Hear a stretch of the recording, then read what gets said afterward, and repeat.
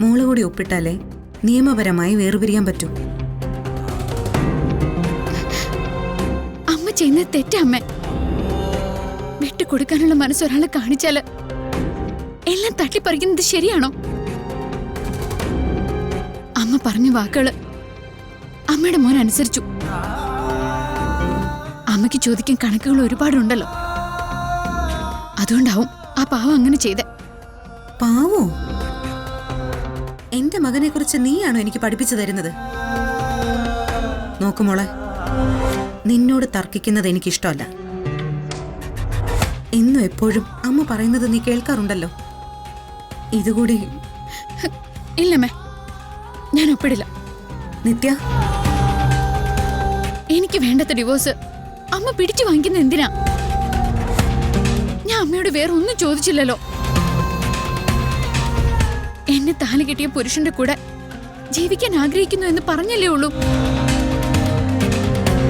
അത് തട്ടിമാറ്റാൻ അമ്മ 1000 കാരണങ്ങൾ കണ്ടുപിടിക്കുന്നുണ്ട്. പക്ഷെ ഏതെങ്കിലും ഒരു കാര്യം എന്റെ മുന്നിൽ കാണിച്ചു തരാൻ അമ്മയ്ക്ക് പറ്റിയോ? മറിച്ച് ജീവൻ മാറിയതിന്റെ 100 തെളിവുകൾ ഞാൻ അമ്മയ്ക്ക് കാണിച്ചാലും അമ്മ വിശ്വസിക്കില്ല. അങ്ങനെയാണോ ഒരു അമ്മ ചെയ്യേണ്ടത്?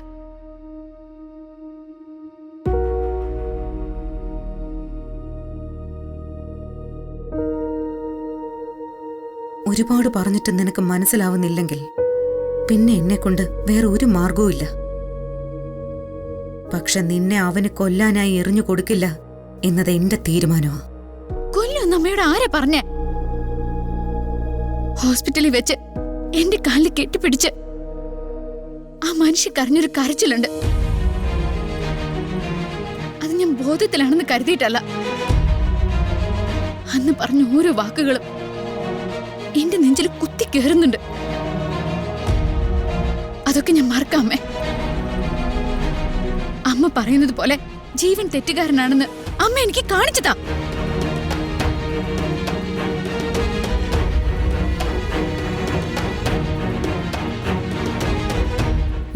നിന്നോടതില് ഒപ്പിടാനാ ഞാൻ പറഞ്ഞത്.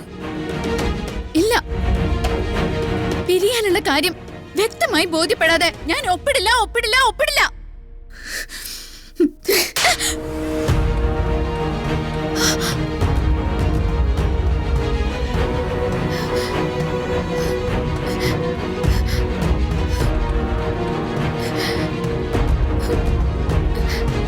അവസാനം നീ എന്നെ കൊണ്ടിത് ചെയ്യിച്ചല്ലോ മോളെ.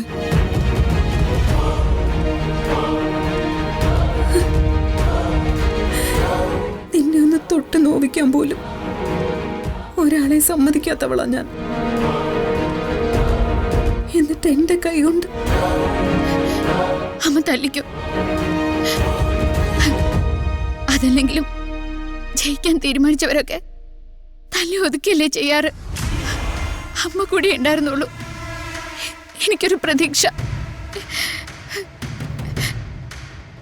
അതും പോയല്ലോ.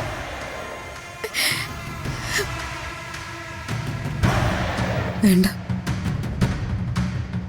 നിന്റെ സംസാരം കേട്ട് എനിക്ക് എന്റെ മനസ്സ് മാറ്റാൻ പറ്റില്ല. മധുര നൊമ്പരക്കാറ്റ്